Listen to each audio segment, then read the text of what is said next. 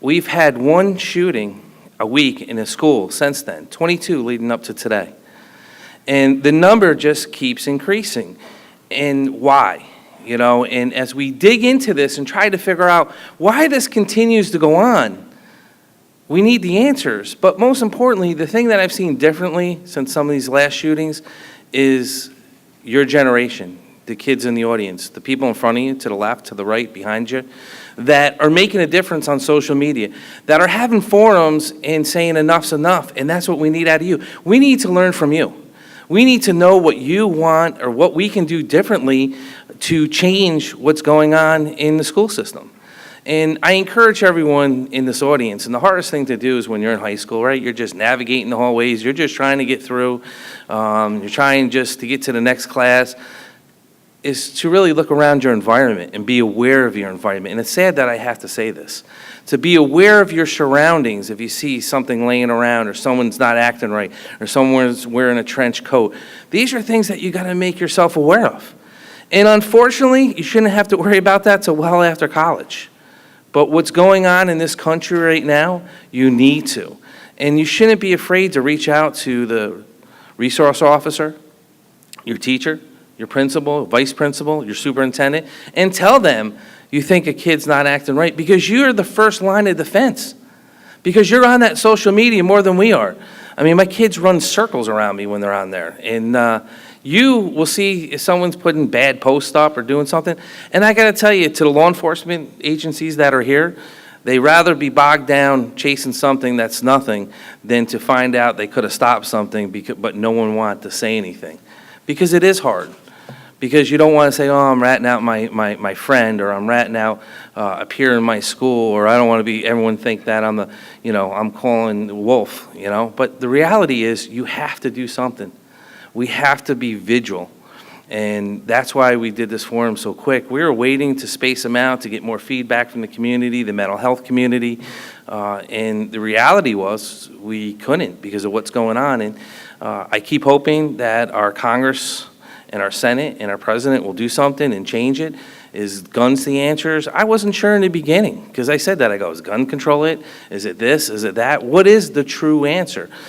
Because when I look back and I Googled, shootings in schools, I think it brought me back to like July 26, 1776 was the first shooting in a school, and it blew my mind away. And as I went through all the different shootings, and problems in schools, I'm like, well, it's been an issue, but it's only getting worse. And the one thing I hope there's no one here from the Times Union, because I hate to agree with Chris Churchill, because I've been saying this for a while, that we have to stop glorifying the shooters. When I was at a meeting with County Executives of America back in December of last year, and we were talking about shootings then, and we went around the room and everyone could answer who the shooter was, but not a victim. And that threw a flag up in my head going, what are we doing? We should remember the victims, not the shooters, and their faces shouldn't be on social media, and they shouldn't be in the news, and they shouldn't be out there in the papers, because they're getting what they want. They're getting that glory. They're getting that fame. And that's what they wanted, because for some reason they weren't being noticed in the crowd. And, they didn't feel like anyone knew that they were here. And that's not good. And my heart pours out to all the families and to the situation. And every day I pray to God that this doesn't happen here in Albany County. And I do want to thank the law enforcement agencies in this county, the school districts, because we have been on top of this, but we need your input. But before I turn it over, I want to thank the Supervisor Paul Mahan for being here, Melissa Jeffers, Town Council, for being here. Thank you.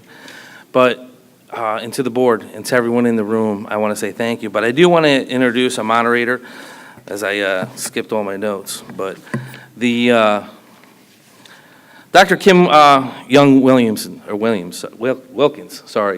I apologize.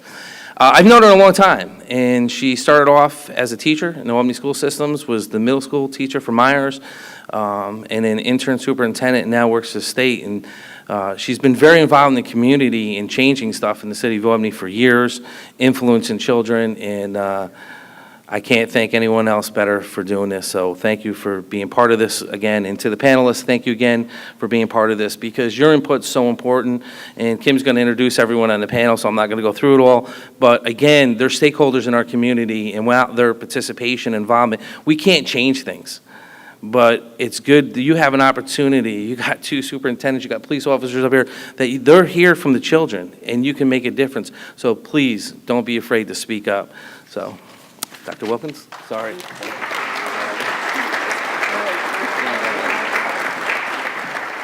All right. Good morning.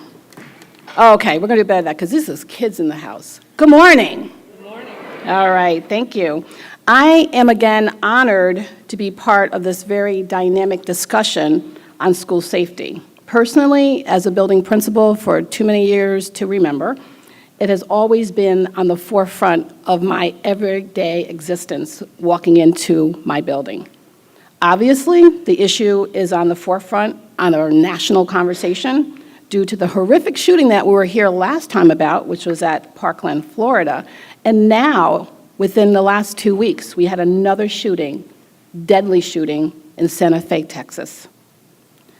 Again, I cannot repeat what our county exec just said.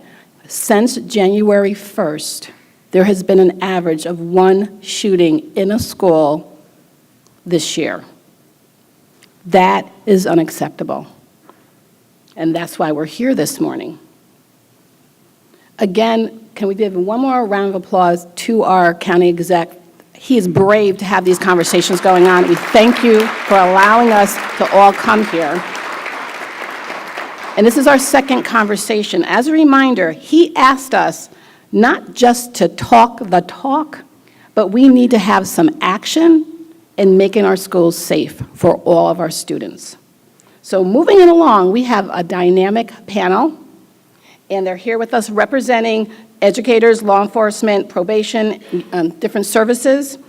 We will have the panelists actually introduce yourselves and where you're from and who's here with you. But before I even go there, I have to say thank you to our Superintendent Buhner and South Colonie Central School District for allowing us to be here this morning, so thank you very much. You got to give your superintendent a round of applause. Got to give him a round of applause. And my partner this morning will be Peter Kachadorian, who is from South Colonie High School as the associate principal, and he is, oh, he's right here.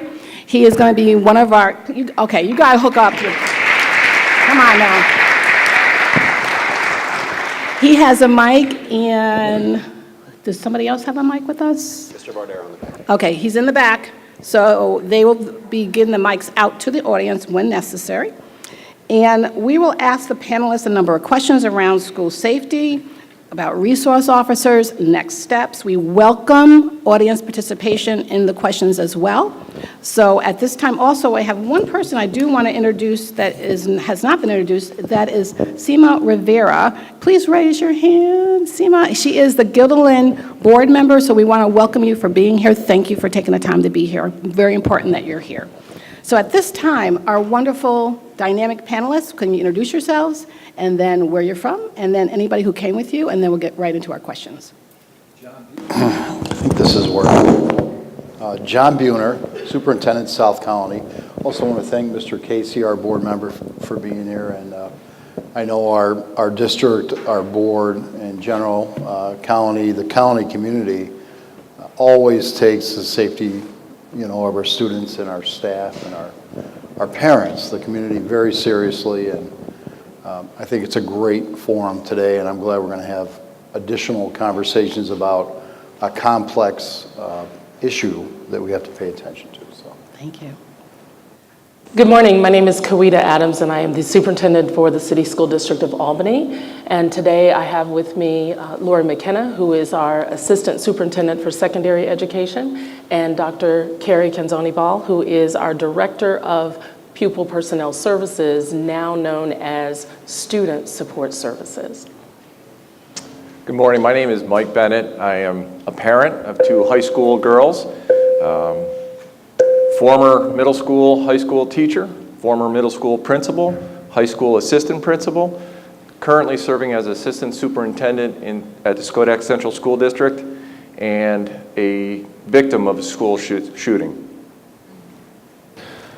My name is Chris Ravalati. I'm the executive principal here at Colonie High School. I'd like to thank our school resource officers from the district for being here, Officer Rucker, Officer Burns, Officer Germain, and also Dr. Perry, head of our Safe Schools committee here at South Colonie. And I also like to thank the students for participating today. Thanks for coming along. Good morning. My name is Robert Sears. I'm the Acting Chief of Police in the City of Albany. With me today is Lieutenant Gerasi. He oversees our 3 soon-to-be-4 SROs in the city school district. And I have Katie Clark, our anti-violence coordinator, social worker that works hand-in-hand with us every day, and Steve Smith, who's our public information officer, will help us get a lot of this information out to where it needs to go. Thank you. Thanks for having me. Thank you. Good morning. Mike Woods, I'm a Deputy Chief for Colonie Police. With me today is Officer Rucker, Officer Burns, and Colonie High School SRO, Pat Tremaine, sitting in the front row. Thank you. Good morning. I'm Colleen Breslin. I'm with the Probation Department. With me is my Director of Probation, Bill Connors, as well as several other probation staff, all of which work or have worked in the juvenile division. Good morning. My name is Maura Manning. I'm the Deputy Commissioner of the Albany County Department for Children, Youth, and Families. We also operate children's mental health services in Albany County. And with me today, I have Dr. Stephen Giordano, who's the Director of Community Services for Albany County Mental Health. Okay, great. Thank you. Can we give our panelists a round of applause? Thank you very much, and we're going to get right started. All right, here we go. Ready?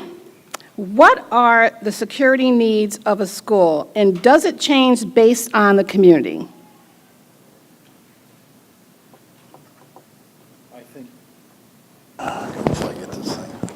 I think every school community may have their own specific needs, and I think you have to know your student population, you have to know what concerns are out there, and make sure that you adjust accordingly. I know here in Colonie we have a Safe Schools committee that involves law enforcement and other support agencies, first responders. We meet every month and then as needed on specific items.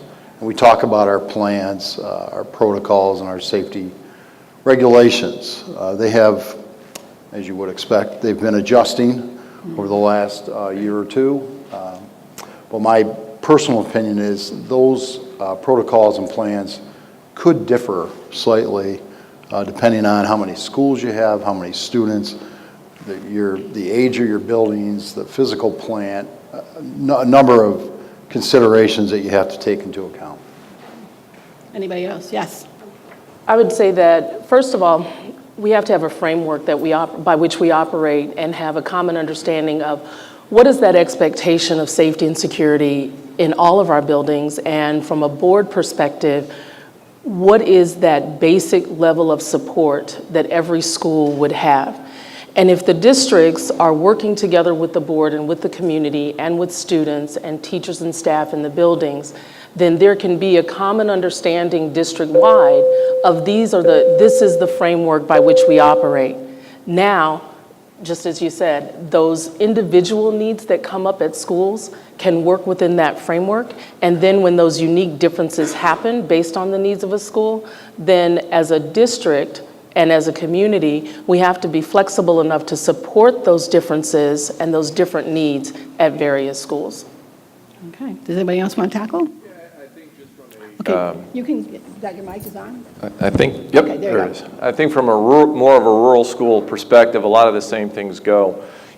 The plan is in place. We have our conversation with our Board of Education, our teachers. We're starting to get more students involved in understanding the process of what it means to be a safe school. But it's more than just we have a great partnership with law enforcement, both at the state level and our community level, but it's also talking about opening up the dialogue, as the county executive said, with, starting with students and understanding that, it really starts with them. So, the silver lining of some of the conversations that are taking place now is really being led by the students I know in our school. Our superintendent and our board have been very interested in listening to their safety concerns and needs. So I think it falls upon a lot of different groups to really make sure that your safety system is what it needs to be. Okay. Anybody else on the panel? Yeah, You also have a just mic to add in on. front of you if the other one doesn't kick in, so. I think Jeff, as soon as we start to talk, I think he pops it on in the back. Okay. Just to add one layer to that, I think aside from the structural changes, as Mr. Bennett mentioned, the conversation is now not just about school administration and parents, but it's also student-led now. And I think we can talk as adults all we want about what safety measures we have in place with doorbells and buzzers and cameras. It's a feeling. Safety is a feeling. And part of those discussions that we're having now are about ensuring and building trust with students and families that we're doing what's right for their children when they walk in to school every day. So it's an emotion as well as a security measure. All right, I'm going to put it out to the students. The question on the table is, what are the security needs of your school? Any takers from the audience? We have one hand over here. Yes. Okay, wait for a mic, hon. The mic's coming. Right over here. You see the mic right there? Because we want to hear you.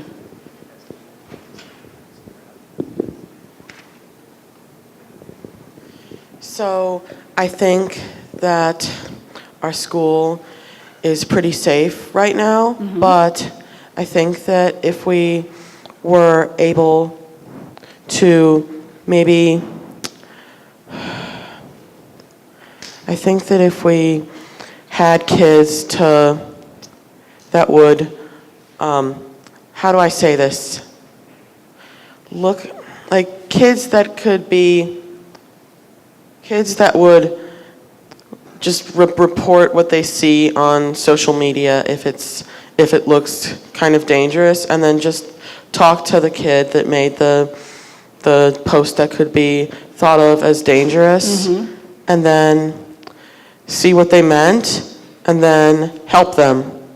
So you're saying that we need to be doing something around people feeling comfortable enough to actually report what they're saying in a safe Yes. environment and then give some support after that? Yes. Okay. Any other comments from students? Okay. All right. Yes, okay. Yep, absolutely.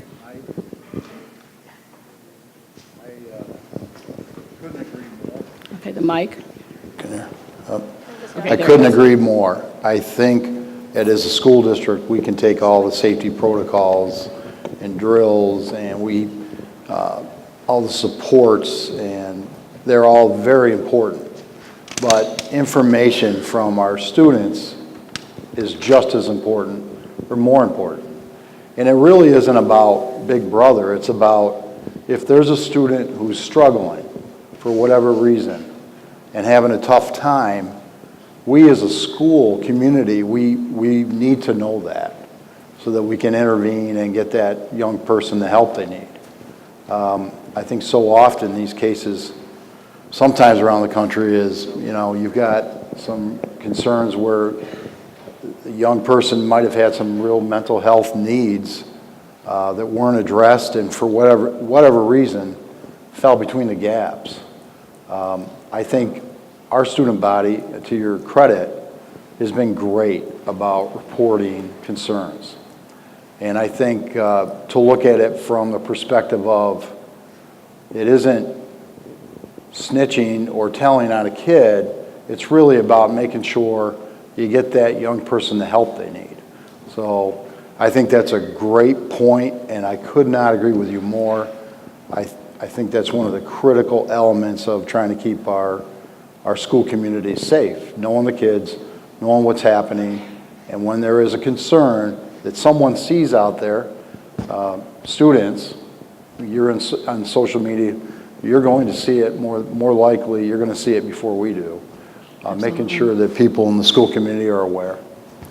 Before we leave the question, law enforcement, yes. It's good to piggyback on that. Most of the times that we get information or possible threat, almost always it comes from the students, through social media. They notify their parents, parents notify the police. And part of that, the safety end of it, is that social media. There's software out there now. It's a little expensive, but you can actually red or flag, or the bells and whistles go off if there's a tweet, a Snapchat that has threats and that type of nature. So that's part of it too. And like I said, the big part of us getting information is almost always from the students itself. Anybody else from the panelists? Any other questions on this one from the audience? All right. Yes. Hi, hon. Hi, my name is Amelia, and I'm a junior of Colonie High. This might come out more as a statement, more so than a question, but there are multiple military vets and retired police officers who can be on campus to help, and they're able to defuse situations such as school shootings. So instead of having one police officer on campus, which Officer Germain is an amazing, officer that we have here, maybe having more securities at certain checkpoints may help. All right. Your perfect timing. You're a plant in the audience for us. We're going to talk about SROs and police. So anyone want to answer our student? And the possibility, are SROs needed on campus? Should we have SROs on campus? Across K through 12, yes. Short answer is yes. I'm going to stop there. No kidding. It's just part of the solution. There's not going to be one answer for all of our questions today. It's multifaceted. We're going to have SROs that are engaging kids in a non-traditional law enforcement manner, such as in community policing, whether they're in the classrooms teaching about cyberbullying or leadership programs or anything like that. It helps build that trust and dignity that we try to treat everybody with. I think it was mentioned a few times. The SRO is considered to be the first line of defense in a lot of these school shootings. But as you can tell by just the last couple, they've been there at just about all of them. They've had different levels of success of stopping that threat. I believe we had in the one where the SRO was there, we had 10 people that still were tragically killed. So we have to do something before we expect the police officers or the armed folks or the veterans to step in. We need to be more comprehensive in trying to identify some of the red flags and having some tools to deal with those red flags, because right now I think that's what's missing. It's like we're really good. We get a threat, right? Like we get a threat, we know exactly what to do. We're going to go hit it head on. We're going to go talk to the kid, determine if it's a mental health issue, a criminal issue, and we got tools for that. Right. It's the ones that we don't identify, it's the ones that we don't hear about, is where we really try to make our most impact. I think that's where we're going to have our biggest impact. Because if we're relying on an SRO to stop all these threats, I think just as we've seen, they've had some success, but I don't want any of them to happen. I want to stop that kid from coming to school with a gun in the first place. Absolutely. Yes. Yes, I think Chief Sears, as you had indicated, it is a puzzle, and that we all have to be working together, our probation department, our law enforcement, and our teachers. And I think the first step that we really need to take is training.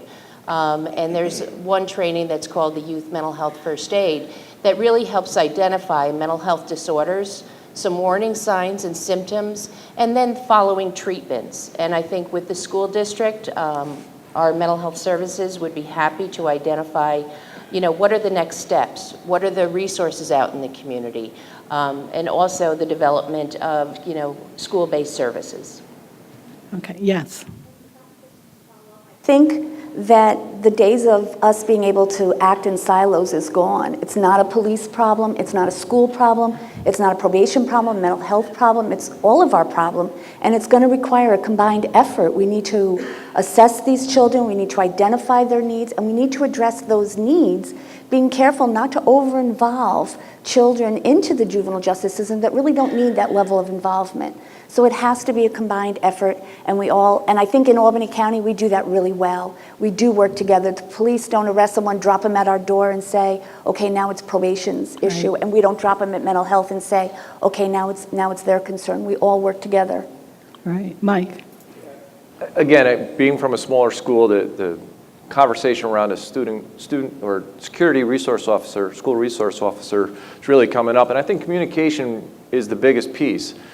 A lot of people right now are throwing out SRO. I know in our community, it's about educating. What does that really mean? You know, is it just for school shootings? There's so much more conversation that needs to take place around what the role of a school resource officer is, and start to have that communication with our Board of Education, our community, our kids, so that they have a full understanding as we start to evaluate whether we need one or not, along with some of the mental health concerns. Those are the types of communication that I'd like to really see. Again, I think as we look at the history of school shooters and the red flags that are out there, whether it be in probation, within law enforcement, mental health, within the school, we need to open up better channels of communication to be able to identify and help. I think that's ultimately what we're all here to do, is to try to help the kids so we don't have these situations. And again, not just around school shootings, around suicide prevention, around bullying, a lot of other things that we see our kids on a daily basis having to deal with. And I think opening up that communication is really going to be key to how we treat each and every different situation. Well, I'm going to put it out to the students again. You heard one of your colleagues talk about the importance of possibly having more SROs or police officers. I want to ask anybody who has an answer to this or a question about it, how do you feel about having more SROs or more police in your school at this juncture? I know y'all aren't all shy, so yes, we have a couple of hands going up. Got mics going over. Again, the question is, how do you feel about more presence of SROs, police in your schools? Yes. Just state your name. My name is Michael Holcomb. Yeah, I think our school resource officers they're really good. Maybe if we had maybe two or three, but one's so good so far. So yeah. Okay, so you think at this point the presence of more could be better. Okay, thank you. Yes. Hi, I'm Marissa, and I'm a sophomore here. So I feel like if we had more police officers, it would make the students feel safer, but I feel like it would make the parents more worried and more concerned. Like the other day, or a few weeks ago when we had a threat recently, my mom was dropping me off, and there was around 3 to 4 police officers in the front lobby, and she was deciding whether or not I should go to school today or if I should go home, because she was like, well, there's a lot of police officers here, there could be a lot more trouble than there actually needs to be. But I thought as a precaution, besides doing adding more police officers here and more military and stuff, I feel like that there should be some self-defense training classes in gym, because the only things we really have right now are lockdowns, and those are if there's a shooter in the building. But what if the shooter gets in the classroom? What are we actually going to do if a shooter gets in the classroom? Are we just going to hide in a corner altogether and get shot altogether? Or are we going to actually decide to fight and get against them? Because recently I saw on the news is that there's actually a school in the Midwest where they had stones, so the student would actually stone the shooter if they got in the room to help try to take them down if they got past the police officers at school. Good point. Good point. Yes, we have some more hands.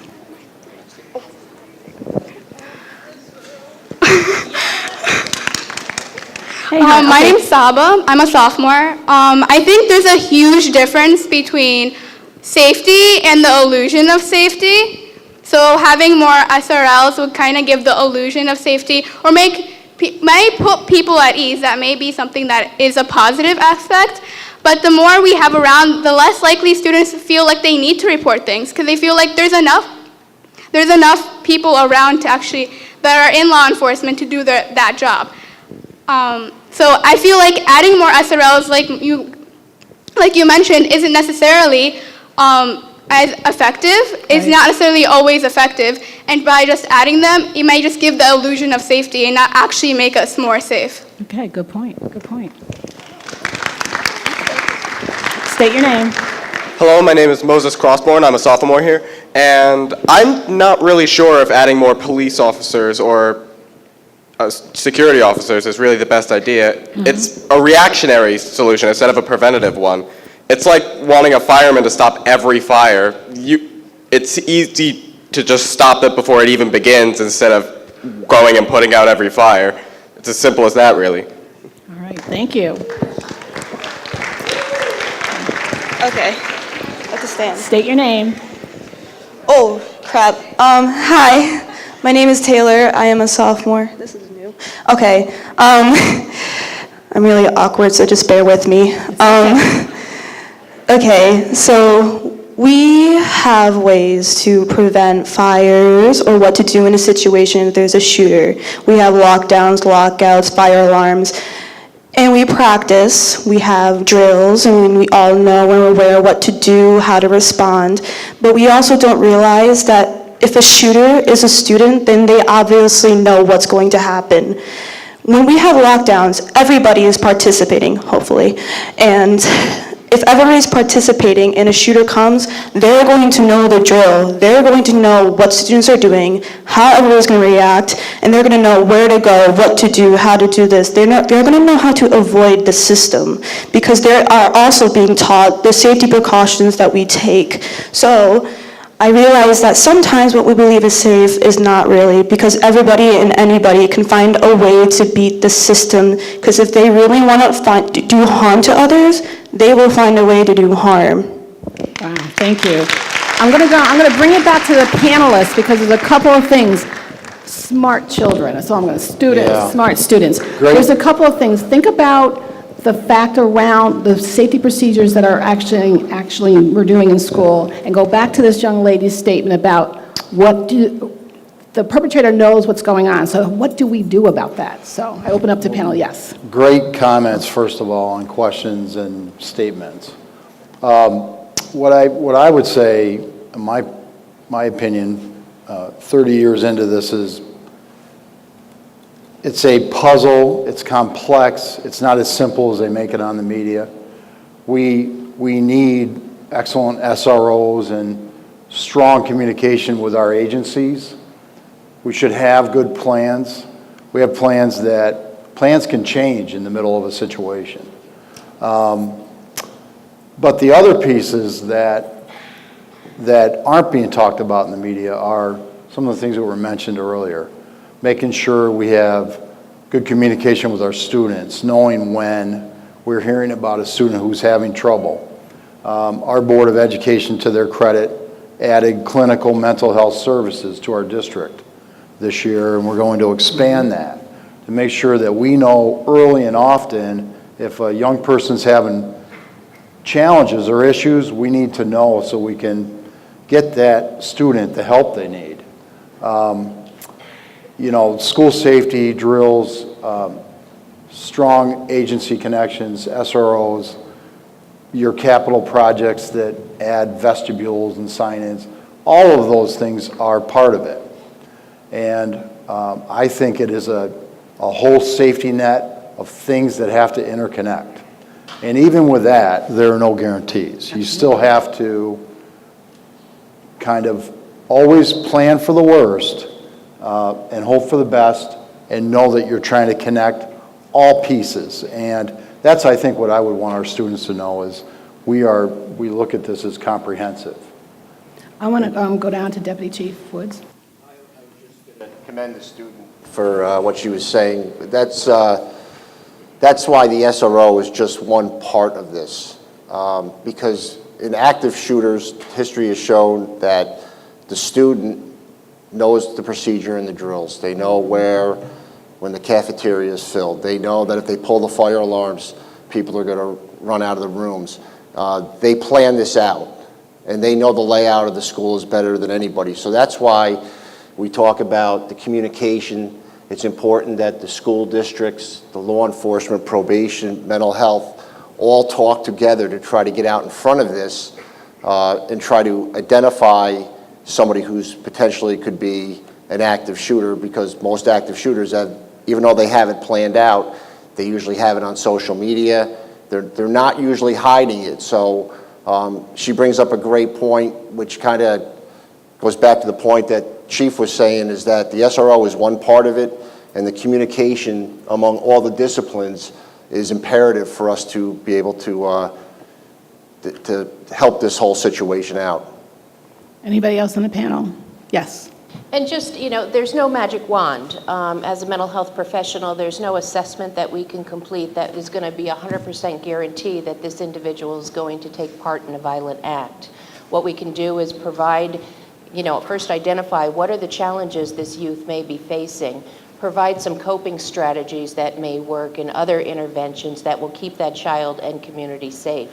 And then we take it from there, and reach back to law enforcement and school personnel to ensure that everyone is wrapping the support around that youth that may be struggling.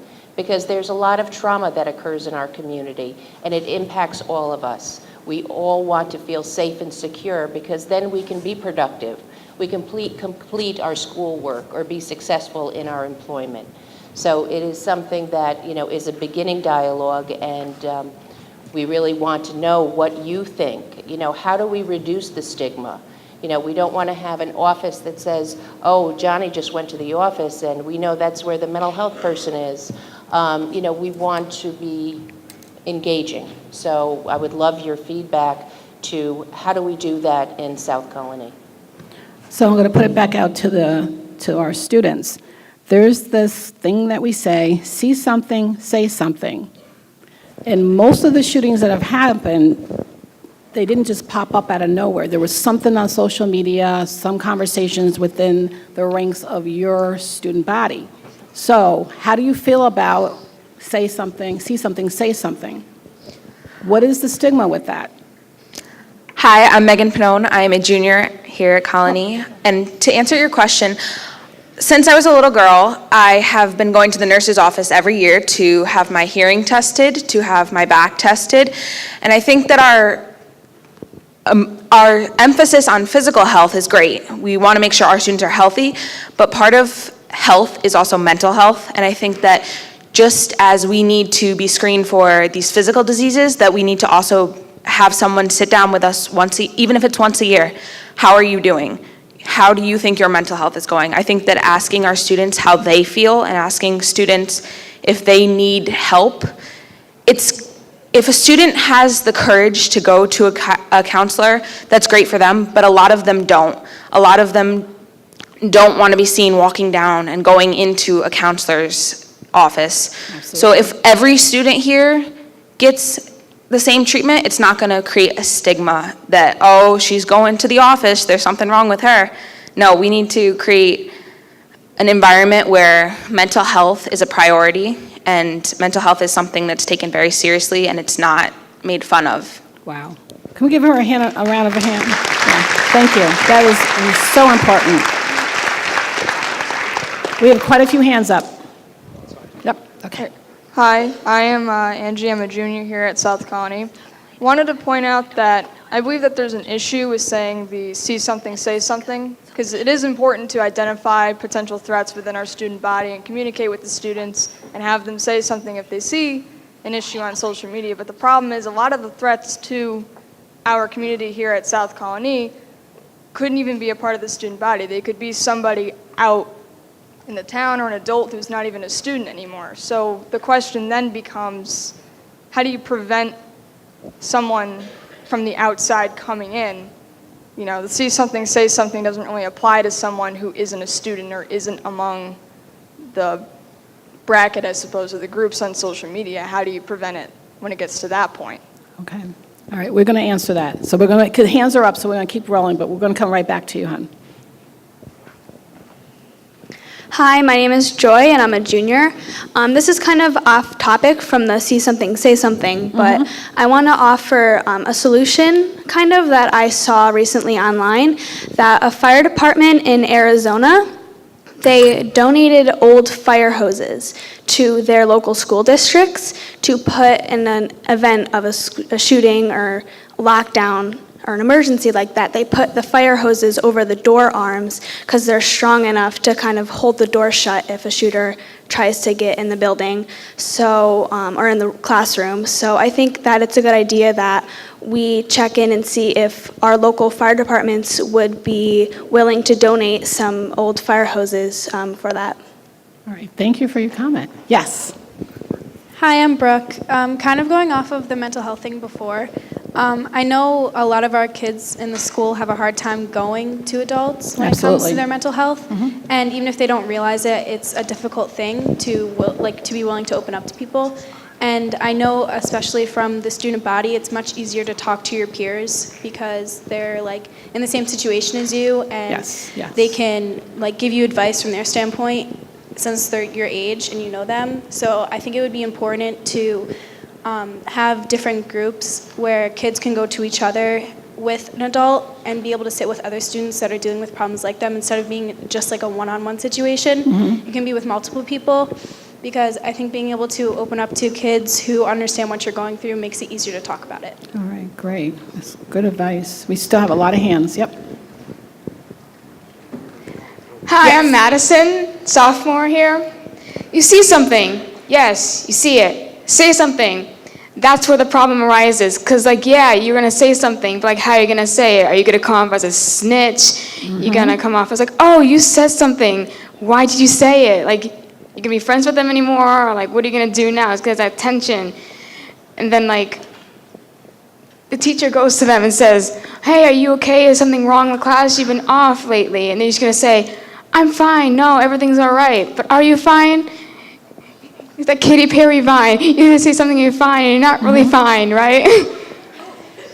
But it's true. It's not handled appropriately. Yeah, so- it's not handled okay. appropriately. And we Okay. need some more ways to handle the situation more. Teachers have to be more involved in the student's life. Okay, good. Thank you. Oh, Hi, I'm a senior. I'm Sierra Bailey.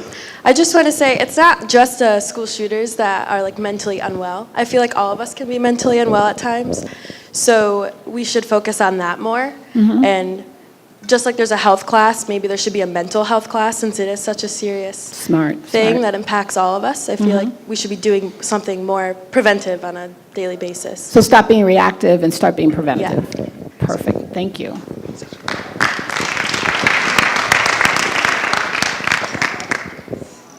Hi, hon. Say your name. Good morning. My name is Kyle. I'm a senior here. I'm also a firefighter with Town of Colonie. Wow. It has been my firm belief that social media is like an arsonist. You never know what will happen. They can say something and not do it. They can say something and do it. And if you see or hear anything, you need to say something because you don't know what will happen. Wow. Thank you. Thank you for your volunteerism, too. Thank you. Hi, my name is Logan. I'm a freshman here at Colonie. And slightly off topic, but along with basic lockdowns, I believe we should start training kids in active shooter defense, basic, just primarily thinking outside the box, using your surroundings to adapt to what's going on and help keep you safe. Great. Thank you.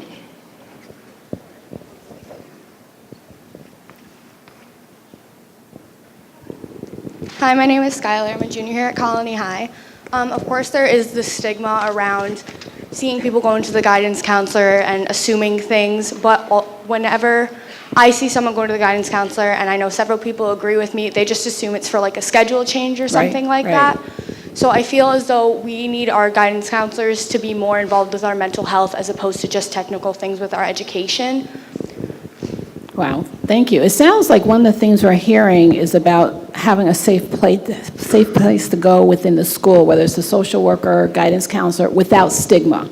Yes, and there's several times where several people, including myself, have been tried to go to a counselor and they're not there. They don't want to see you at that moment because you don't have a free period. But like sometimes those issues can't wait, and some kids don't have free periods except their lunch and they can't go down. So I feel like they should be more accepting, and especially if their teachers let them go down during that time. So it sounds like that could be a lost opportunity. Okay, perfect. Okay, hi, hon. I'm Grant Eastman, and I'm a senior here. And it seems like there are two issues floating around the room right now. One of the stigma of going to those and speaking to them, and the other is lockdowns. I go to South Colonie, obviously, so I'd like to speak for Colonie's lockdown procedure. What we do currently is we hide in the corner of the classroom. Not everybody takes it seriously, and the thing that even the Department of Homeland Security is pushing for, along with other universities around the country, around the world, is the idea of run, hide, fight. And I believe that this is important because hiding isn't always the best idea. Obviously, we want to prevent these issues, but when these happen, we want to be prepared for them. I'm not arguing for active shooter drills or anything like that, but putting the idea of run, hide, fight in others' minds could be part of the solution, and it needs to be considered. All right, thank you. We're going to go back to the panels because there's two things on the table. One is about procedures that we are doing currently in schools, and you can address it, anybody from the panel. The second one is training for staff. So we might as well just go down the line. Ms. Adams. Look at training and trying to be proactive. In Albany, we do participate in active shooter training. We've had our Director of Security provide that training along with Lieutenant Gerasi. They've been working with our community, with our faculty, staff, and then looking at how do we extend that to our student population. And in a sense, even though it is a reactive behavior, it is proactive to be able to provide that training so that we can be prepared. We can always do our very best in being prepared.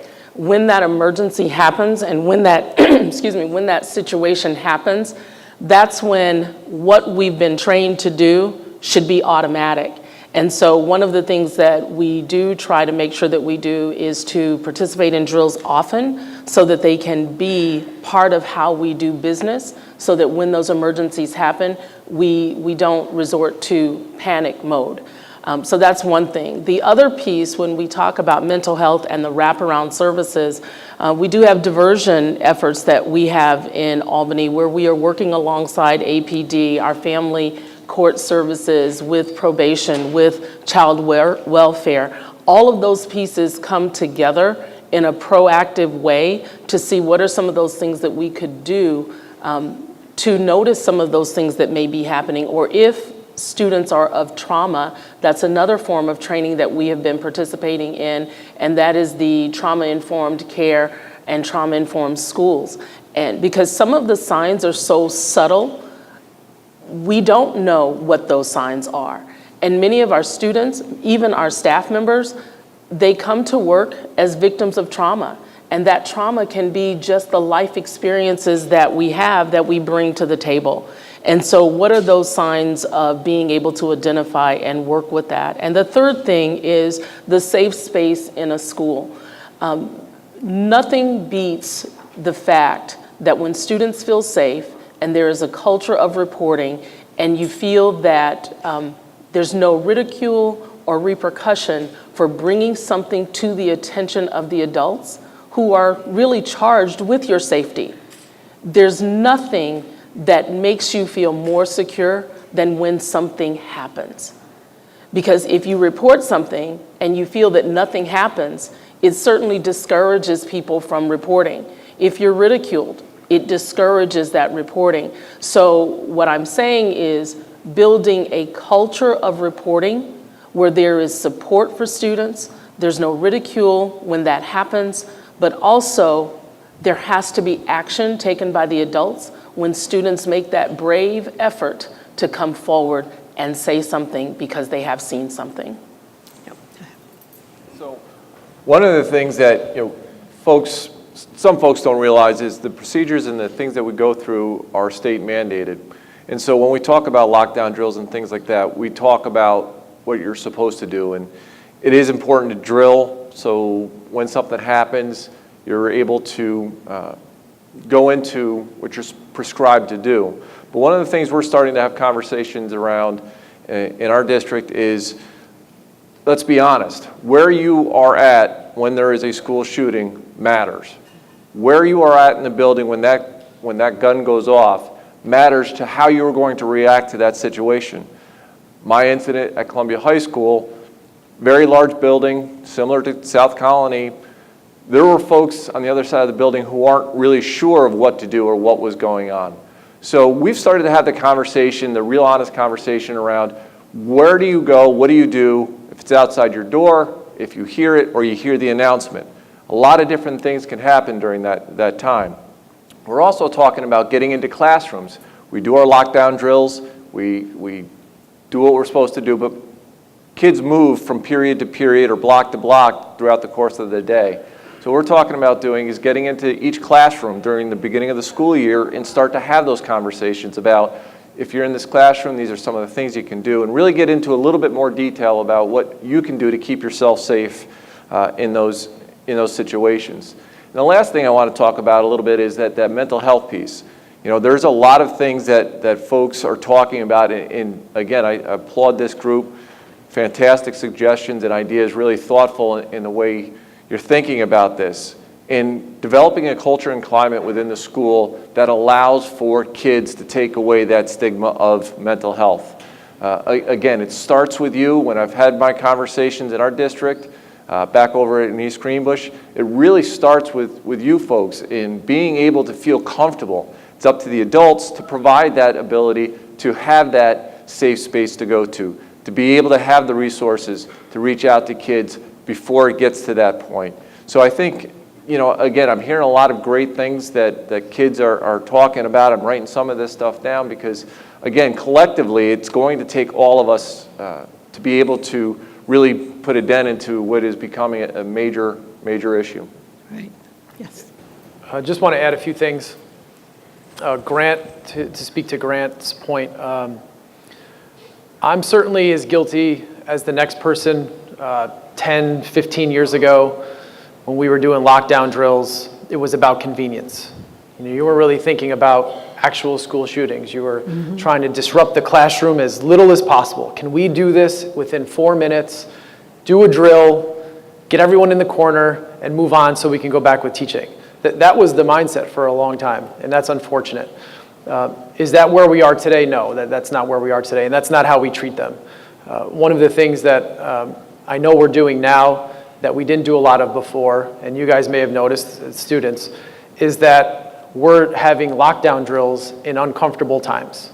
It's not in the middle of social studies class so that everyone's already in the classroom and teacher's gonna shut the door and we're gonna play a role for a few minutes and then go back to the way things were.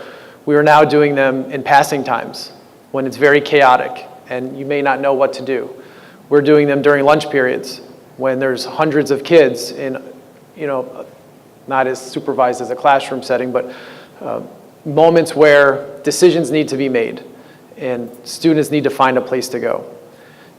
To further your point, I agree, and we've had this discussion recently, that we need to make our drills more of a teachable moment. We need to keep you guys in classrooms for not 4 minutes, for not 5 minutes, while we walk around and shake some doorknobs and make sure that everyone is locked away, but to go into those classrooms in that moment and start giving what-if scenarios, or let you know what would happen next if there was a real shooting situation. Who would show up? How would they act? What would you be expected to do? And start to educate in those moments and not just rely on the practice. So we did it, we checked it off the list, and now we did our drills for the year, so we're good, right, Colonie? We're good. That's not really how it works. But also, there's going to be a lot of thoughts and philosophies on how to handle crisis situations with shooters. We're in a school, we're not in a mall. We're not in an open field. We are in a place where, while it seems sometimes a little too simple to go into the corner and hide, we are sort of set up in a fashion where we can do that in a relatively safe manner. But I'm sure these conversations are much greater than Colonie, and they're going to go statewide and nationally, and you're going to start to see marriages between philosophies on what to do next. Is it training? Is it using your resources around you in the classroom to make decisions? I'm sure those things are going to happen. So good point, and noted that we are evolving in our drills along with the conversation. Before we go any further, we'd like to thank the students who, I know you have to go to the next class. Thank you so much for participating with us today. Thank you. Anyone else? Yes, go ahead. I had a lot of thoughts going on. Oh, the questions were flowing. See something, say something. We've also talked about that today. What we try to instill in our students, especially when it comes to the internet, that nothing is sacred, secret. Nothing is secret, And what is being put out on the internet is for public consumption. The idea that someone could put something threatening on social media out in the internet should be relatively easy to report, whether you take a screenshot and send it to an administrator. The anonymity of who we get it from, we spend our entire day dealing with social media issues, stemming from, kids who are just arguing with each other. They're not always about school threats. When those happen, you guys know, those become big issues for the community, but day-to-day issues with social media. And our number one goal is to keep everyone from feeling like they are snitching on somebody or ratting somebody out. We always come up with ways that we can have the discussion and force people to be reflective. And I think if you want to umbrella this entire discussion about culture and community, as a student body, you need to ask your question, how are you treating other people? What does Colonie's students, how do they treat one another? On social media, in person, in the hallways, do we smile one moment and then say something nasty on social media the next moment?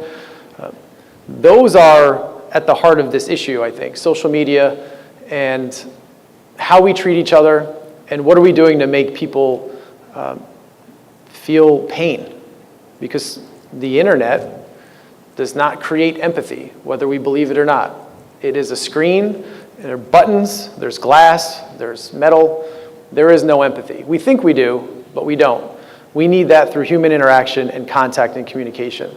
So I think at least for our community, we're trying to promote those sort of things happening within our school through service opportunities, but forcing students to communicate in a positive manner. Well, I'm going to put something out to the panel again, and then we'll open up to some of our students in the audience. We talk about security procedures that are in place right now. What is your opinion about more heightened alertness around metal detectors, wanding, because they have to come into the entrances at some point? Should we be looking at doing that across the board in all of our schools, some of our schools? Opinions? Yep, we'll start right here with John. I mean, here, I know this summer we're going to meet, we're going to continue to look at our plans. I think one of the students brought up, run, hide, fight, the scenarios, and I certainly won't speak for the police agencies, but scenarios can be fluid, and we know that, and we have set safety plans and protocols. But as we go through the summer, we'll look at all of those situations. And the reason I mention it is you could have a threat on the outside, and the last thing you want to do is have your kids near windows. You want to get them to the, so every scenario can be different. We are looking at our current plans, and we're going to continue to make those adjustments. We also look at other situations, like in our next capital project, we're adding vestibules or At the entrances. yeah, then. similar to Sand Creek in the high school to all of the buildings. So for us, that's a change, a physical change. Camera systems that will be accessible to the police department at all times, live in all buildings, outside perimeter, all hallways. So changes are taking place, and again, I think that differs in each school district and depending on what your specific needs are. But I believe we will continue to adapt based on what we learn and try to do everything we can to keep everyone safe and make people feel like we are as prepared as possible. So.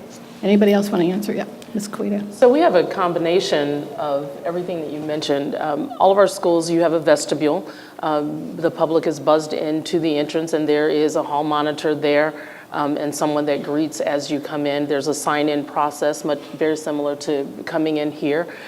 There is a camera where people can, I call it, I'm not advertising for a particular company, so I'll state that disclaimer, but there's an IdentiKid software that's used where when you come in, you log in and you take a picture, and that's the security visitor's pass that we have.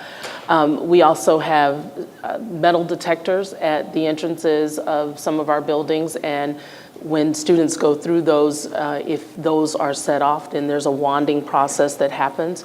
It's relatively smooth flowing. There's no real hindrance to entering the building. So we have a combination. But I will say that those processes and procedures, it goes through that cycle of continuous improvement as we try to make sure that we are always improving or trying to improve the safety and security of our students. In noticing if there is a gap in, for example, video, if there are cameras there, if cameras are not working, if they are working, is it positioned in the right place? Are we able to ascertain the data that we need to make those safety and security decisions? That is an ongoing process that is constantly evolving because the environment changes. And then based on the things that may be happening in the community that filter into the school, those things may have to change. Security patterns may have to change. The rotations of our hall monitors may need to change. So there's no one answer to that question or that statement, but what I will say is the process should be consistent in that we are always reviewing and analyzing the things that we are doing and using that data to make those data-driven decisions and changes in our process to help our students be safe at our schools. Yes. I agree, not just because you're our superintendent, but I agree with, I think you said a lot of really smart things because I think flexibility is the most important thing. Infrastructure is very, very important, but as soon as you develop and implement infrastructure, someone can defeat it. But we have to, I believe it's necessary to kind of change with the times, learn everything you can. So one of the things from a policeman's perspective is each one of these incidents that happen, we try to learn something new from them. We have all classes designed around these things. We have seminars we go to. We learn everything. And the only constant is there is no constant. Every single one is very different. The methodology is very different. And the way to combat that is very different. So there's no one size fits all. And I know in an environment such as a school with the dynamics and the thousands of students and staff trying to get everybody on the same page, you're looking at repetitive, actions to try to get everybody on the same page. And sometimes I think in doing that, we do lose sight. And I think you mentioned that quite a bit. So I think changing up some of the things that we do and quite a bit and always learning from everything is probably the most important tool we can move forward. And, I just wanted to say one other quick thing before I turn it over to someone else is I'm pretty shocked at some of the things I'm hearing from the students. I think from an adult perspective, we failed this whole generation because instead of the students worrying about, going to the junior prom or SATs, they're talking about having a pile of stones in the corner of their school to throw at people, that are active shooters. And I think what strikes me the most isn't what's being said is that the practicality that the students are actually trying to push towards the decision makers. And I think that's definitely not going to be lost on me as I go back to my department and you try to figure out, including the students much more, finding more practical everyday solutions to these problems instead of looking at, from my perspective, the 10,000-foot view and how I can push things down instead of listening from moving up. So I think, I know we got a lot more to go, but this has been outstanding so far, at least from my perspective. Great. Anybody else from the panel? All right, we're going to open it up to our students. The question on the floor is about your opinions about wanding, metal detectors. What's your opinion of that? Yes, thumbs up, thumbs down. We got a lot of hands. My name is Jeremiah. I'm a freshman. This is a different topic, but the one thing that I heard a lot today is drills about school shooters and how to defend yourself in a situation if you're in a room with a school shooter. That's great, but the one thing that even President Trump, it's very controversial. I'm not even in full support of it. I don't know if anyone is, but should teachers have some way to have a firearm, whether they have to go through literally years of background checks to make sure that they're suitable for it, but should there be a way for teachers or school officials or workers in a school other than the officers to have a firearm to defend themselves and the students around them? Should they be willing to? Okay, I'm going to stop everybody. I want a show of hands. How many of you feel that a teacher should be armed? Wow. Okay. All right. I thank you. You're true to your word. You rose your almost only hand. But that says a lot. That says a lot. So I wanted to stop and pause with that. But back to all questions. Yes. Hi, I'm Patrick Gary, and I'm a sophomore. So safety and increasing metal detectors and stuff like that is good for preventing it. But as a student, one thing that scares me is what if people will get in? It's something that will happen because you can prevent it all you want, but how am I going to be safe if they're in the school? I'm told to sit and wait, and that's what scares me. Because I volunteer at Proctor's, which is in Schenectady, and a requirement is you have to take a class where you learn about what is to happen if there is an active shooter. And they go through many different examples. And after going through all of that and learning how people react and the way that they are reacting, it bothers me that we're having to bring this up in a way that we haven't before, because I've brought it up with other people and other groups, but preventing it that's what we're talking about, but I'm scared if it actually happens, I'm told to sit and wait, and I think that's what gets to me, because there are other places you can go and it's more your choice, but I feel like we more or less aren't told you're not prepared. You feel like you're not prepared. And of every what to do. situation is different. So that's what concerns me, and I think we should be more focusing on if something was to happen, how it can react differently. Okay, we have one of our extra panelists. I just wanted to step to the side. I don't want my back to the panelist. I'm Anthony Gerasi. I'm with the Albany Police Department. So part of my duties and responsibilities is a supervisor of the School Resource Officer Program, but I'm also a liaison to the city school district. And we ensure the safety and security for 18 different buildings citywide with 10,000 students. So it's a very big task. I want to touch on a few things. But first and foremost, I want to let you know that I'm a proud graduate of South Colonie High. I won't tell you what year, but I'll give you a hint. It was last century. All right? I'm very impressed with everyone. I appreciate the panelists taking time out of their very busy schedules to talk about this issue, for the county executive for hosting this. But I'm really impressed with South Colonie allowing the students to come into this room and be privy to this discussion and be part of the discussion. So I want to touch on a few things, and I'm very impressed with the articulation from the students. I actually facilitated that training that you went to at Proctor's, so I know what you're talking about, and I want to touch on what this young gentleman said about run, hide, fight. We subscribe to a program very similar called Avoid, Deny, Defend. It's the same thing, you put it side by side. We don't like to say hide because hiding is hoping. So it goes back to the point where someone wants to see defensive tactics training in your gym class and putting fire hoses in the class and putting stones in the class. There are things right now that you can do that maybe you're not aware of. So when it goes back to, and I know mental health had talked about it, training, it's really training a mindset. So it's getting prepared. If something were to happen, how would I respond? So take this room, for example. If we say avoid, deny, defend, or run, hide, fight, you could have the same room, we're all in the same room, 3 different responses. But it comes down to empowerment. And in a school setting, there's a hierarchy, right? You rely on, and you should, it's part of our norms in our society. You should rely on paying attention to your teachers, school resource officers, other adults. But in an emergency situation, it doesn't matter if you're a freshman, a senior, a police officer, you have to be empowered to act and act appropriately. So what does that look like? Run, hide, fight, avoid, deny, defend. You know, the thing with lockout is it's become synonymous with active shooter.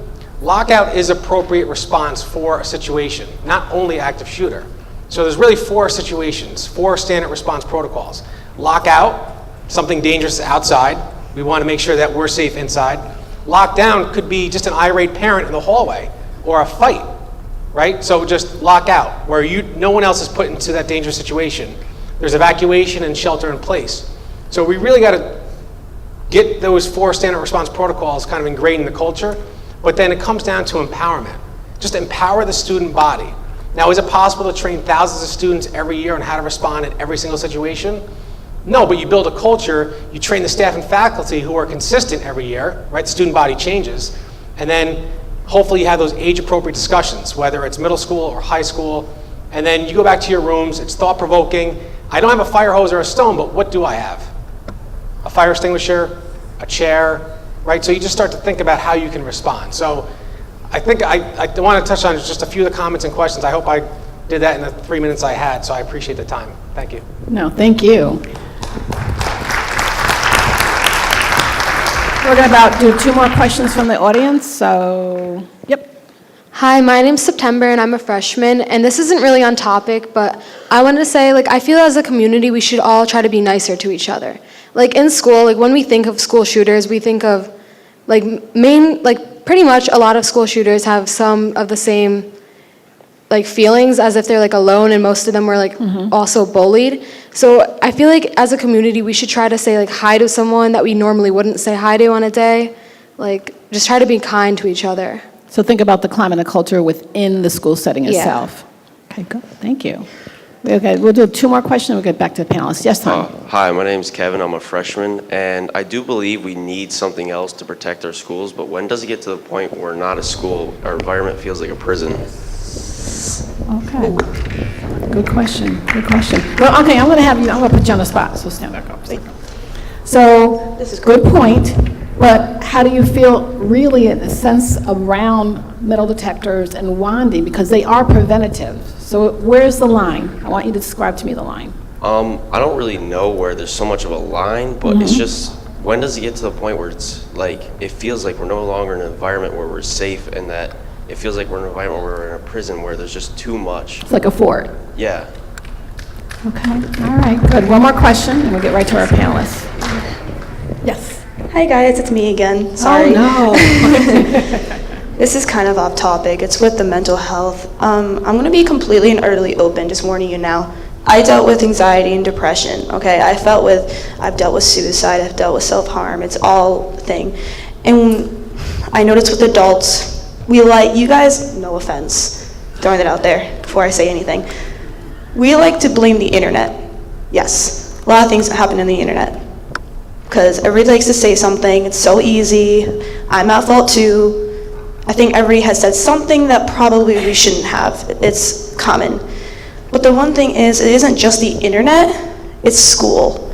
When I go to school, I stay up till 2 writing an essay for my 10 honors class.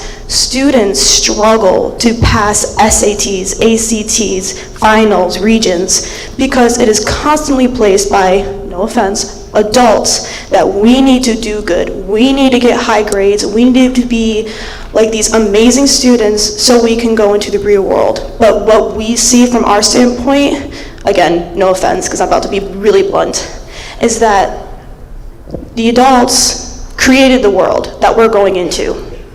We are growing up into the world that you left us to change, because you guys say we are the change.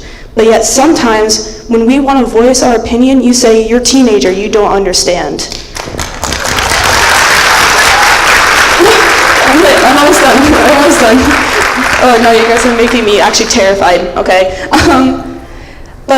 And you guys say our brain isn't fully developed, so how can we make these really responsible decisions and understand that the real world is a bigger place, we're just supposed to grow up and live our lives, but it's hard to live our lives when we're constantly chained by our parents and the teachers and the boards, because when we go to college, we're so stressed from high school that we just get tired, and sometimes a lot of people want to give up. And when a student gives up, everything just falls, because school is almost the main thing in our lives. I have barely any time on the weekend to go out with friends because I'm stuck doing homework. And if I were to fail a test, I would get so disappointed. And for adults, they're like, it's okay, you'll do fine. And the next day they tell me if I fail, I'm never ever going to do anything in my life, because me as a person doesn't matter, it's my grades. Yes, I'm creative, but that doesn't matter. It depends on my score on these SATs. I want to cultivate my strengths. I want to do things that I love, but it's hard to when society says what I love isn't important. Thank you. All right. Panel. We're gonna know, thank you, Maura. Thank you for reaching up your hand. So I'm gonna go into the issue of mental health and some of the statements that our students have said. So the question goes back to the important role of mental health, guidance counselors, social workers, what is actually in school, because they're part of the solution here, so. The students are part of the solution. And just, if you look around you, 1 in 5 is dealing with a mental health challenge at this time. And, those numbers, by the age of 14, typically there have been symptoms identified for youth that are struggling with mental health challenges. But oftentimes they're misdiagnosed. They're not diagnosed at all because it typically takes 10 years for youth to actually get engaged in mental health treatment. That's valuable time that we're missing. And again, if that pattern of behavior then becomes ingrained in what they do on a daily basis.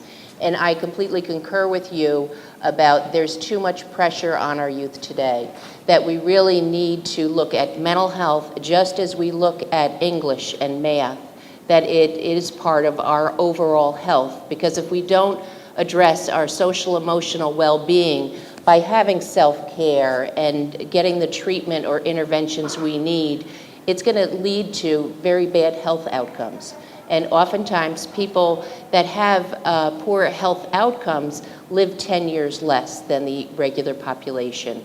And there's a study that was done called the ACEs, the Adverse Child Reaction, and we have to look at that their experiences as infants and youth really impact our overall health. So I know many of the comments have been about mental health services. And I do have to say, Mahaney's, it's Mental Health Association of New York, had passed legislation that comes into play this July 1st, 2018. Mental health curriculum will be required by all school districts in New York State from kindergarten to grade 12.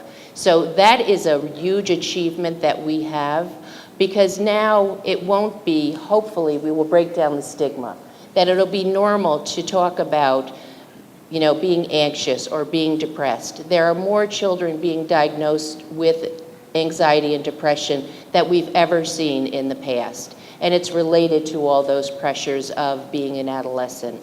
So we are really happy about that. There will be training for teachers that is also a requirement to help identify symptoms of mental health challenges.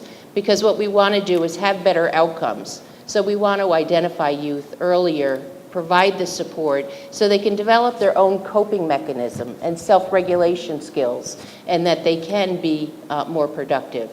I do have to say, and I know there's administration in the room regarding school, but we have been actively advocating with state education department to try and decrease the amount of pressures that are put on especially high school students, because we see there are outcomes that can be negative.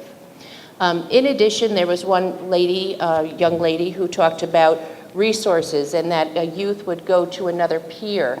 And I will be leaving these with Mr. Kachadorian, but I have information about resources, and one of them is called Sources of Strength. It's a curriculum that actually youth, as peer mentors, would get trained in how to address issues with their peers related to mental health challenges, and where are the appropriate mechanisms and referral process to get that youth that has come to you the support that they need. So in addition, I think people have talked about, it is also related to suicide. The shooters that have been involved in these incidents often take their own life. And when we talk about safety and mental health, we are also talking about the risk of suicide. And really, it is everyone's responsibility to address mental health issues and suicide. So I have some brochures here that help for, talking about what suicide is, or just signs of depression, signs of anxiety. There's one specifically for parents, there's one for students, and there's one for teachers. So I will also be leaving these with the school, and hopefully it will be disseminated around. Anybody else from the panel? Yes. Just quickly, I applaud and I'm excited for the in-house mental health opportunities that our board and Mr. Buhner have supported at Roselville. But to give a clear example to the point, or to the question about metal detectors, if I had the choice between metal detectors and wands or 3 more social workers, I would take 3 more social workers all day. I think that would benefit our school in a greater capacity. Thank you. Thank you for saying that. I'll just add to that, we have seen a trend where our students need more support for different reasons over the last 10 years, and I think our district, and I think most are trying to ramp up. In other words, we're trying to hire more social workers, more counseling, clinical mental health support, and it's just we're adapting, to the situation, and I think that will continue pending board review, but we know that that's a big part of it, trying to provide the additional supports to our students and our families that they need to deal with those pressures that are out there. So. Yes. And I would agree. I would rather have social workers, and I'd rather have the behavioral specialists.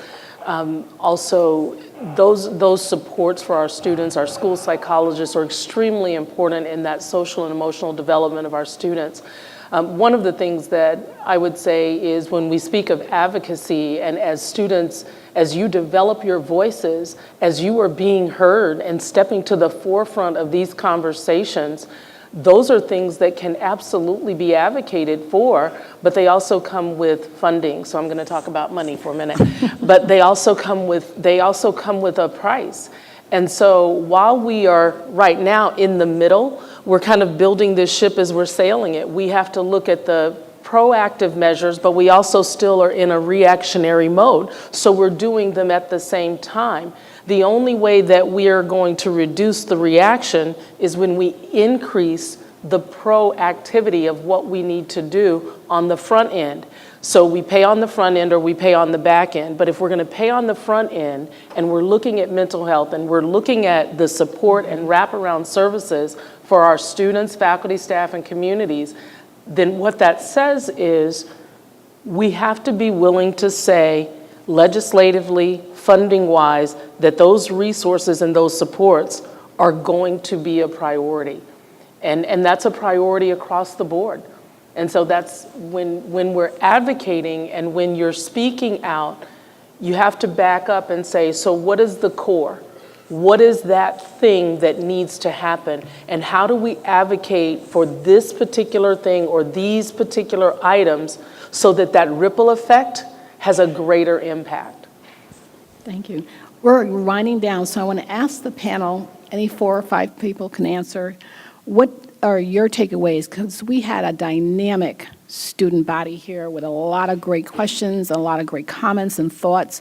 What are some of your takeaways that we can at least do immediately within our realms of our institutions? Yes. First of all, I am impressed by all the students. You guys are amazing, but I think we've heard repeatedly that it's not just one person's issue. It's just not one agency's issue, that communication has to be open. We have to work together. We have to not only assess children for areas that they're struggling in, but then we have to be able to step up and provide them the services that they need. They have to be accessible and affordable, and they have to be able to get to them. And I think we have to work a little bit harder on that so that children aren't struggling and that school can be a place of learning, which is what the intention is. Okay. Thank you. Anybody else? First, I want to thank our students. I want to thank our students.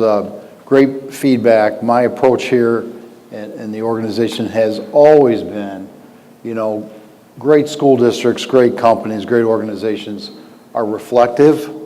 They take honest feedback and they try to adjust and improve and always trying to get better. And I know we work hard at that here. But what I heard today was peer groups with an adult, mental health screening, mental health wellness, be proactive, surroundings, adapt. We need training for students and staff, additional training to adapt and adjust to surroundings, situational training. So I heard some great things today, and thank you for your feedback and your information. Yeah, I would agree with that. I think one of the things that my takeaways is obviously the communication. And communication on a lot of different levels. The student participation continues to amaze me, and it's fantastic. It's needed for us to reflect and take a look at what our needs truly are. I think communication with our school community, talking about these different issues that are coming up and having the conversations, those sometimes hard conversations about what kids are dealing with, the stresses and the pressures that kids are dealing with. What we can do as school officials to help alleviate some of that, how we can support parents who are working with their kids who are struggling with that. I think communication between our administration, our teachers, on what the expectations with their kids in their classrooms, what that needs to be. And again, I heard good communication with our mental health services. To me, I think that continues to be an area that needs more strength, whether it be through legislation, but we need to have these outlets, these satellites in which we can access, or our students can access the help that they need. And we need to help support those kids. And finally, the resource piece. Resources continue to be slim, and I think we need to address some of those issues. It may not necessarily be more money or more resources, but how do we reallocate what we're doing currently? What isn't working? I think getting together with the different agencies, saying what are your roadblocks? Have that discussion about how do we communicate better? How can we do more with what we've got? From a school budget standpoint, we've been doing that and been asked to do that from the State Education Department for many years now. I think we need to expand that a little bit more and bring in some of our outside organizations to say, okay, everybody knows money's limited. What can we do differently with the monies we have to really make sure we're getting the biggest bang for the buck? So that's part of my takeaway. Thank you. We also have one voice that has not been heard, Ms. Rivera from Guilderland. Yeah, thank you. As the school board member, we get emails continuously from parents about school safety and maybe things that they've heard. A recent one was the void, deny, fight. You know, what are we doing in schools, and what parents are hearing outside. So how do you facilitate those, I guess, discussions, not just, you know, with your staff and faculty, but with families as well? How do you include them in on those decisions, especially when you have limited resources?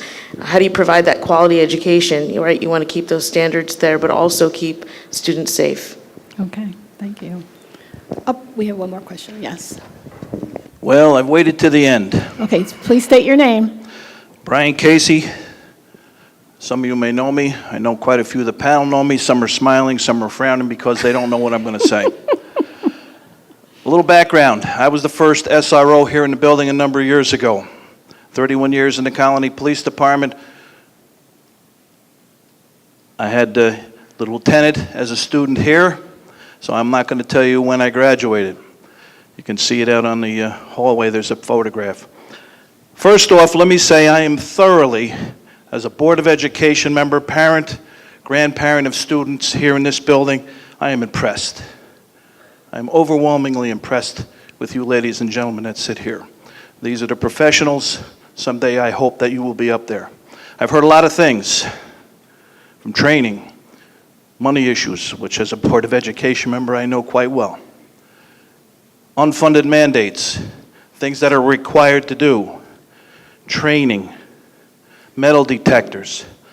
But I think my point here is, before I turn it back to the podium, it's you ladies and gentlemen that sit here. You are the key to this whole piece. If you don't tell us what's going on, we don't have a clue. Social media, I have to have a grandson help me Bluetooth my phone to my new truck. I don't know the first thing about it. Snapchat and all of that, you're talking a foreign language. All right, I'm from the old school, paper and pencil and telephone. You might want to try this. It may not work, but we'll certainly give it a shot. Communication. Talk to your peers. Don't text them. Talk to them. Because that's going to help you when you go for an interview at a job, where you're going to be able to communicate with the person that's interviewing you for a high-level job, which I hope you all get. but you are the first ones that can let us know what's going on. If you don't tell us, we can't help you. Mental health is a big piece of this. Probation is another piece, law enforcement. Superintendents, yes, they're busy. They have a lot of things going on. Dr. Perry's head of the Safe Schools Committee. He's got a lot going on. But if you don't tell us, we can't help you. So I would encourage each and every one of you, whether you're a freshman or a senior going on to higher education, communication. Talk to us. I see some folks in the audience here that I can remember when I was the SRO here, were students here. We're not going to say who. She sits over there. All right? So again, school board member, parent, resident, graduate from here, I'm impressed. It's not old school. You are the eyes and ears of the people for the future. You got to talk to us. Thank you. Thank to the panel. Thank to the moderator. Thank you, Mr. Nice job. Casey. With that, I want to say a sincere thank you. You are by far one of the best audiences that I've ever stood in front of, and I'm in front of many students, so give yourselves a round of applause. Thank you so much. You're very honest, very open, very candid, and you spoke to us as we needed to hear at this point. I'd like to give a thank you to the panel. You are, again, awesome. County Executive McCoy, I know it's not over. I know already. So we're ready to, and willing to serve as you need us. So again, thank you so much. Please remember safety first, voices, communication, and please understand this panel up here, these adults, we love you unconditionally. Believe it or not, we love you unconditionally. Please use your voices about that. Everyone, have a great day. And graduation's coming up for seniors. Congratulations. Thank you so much, South Colonie.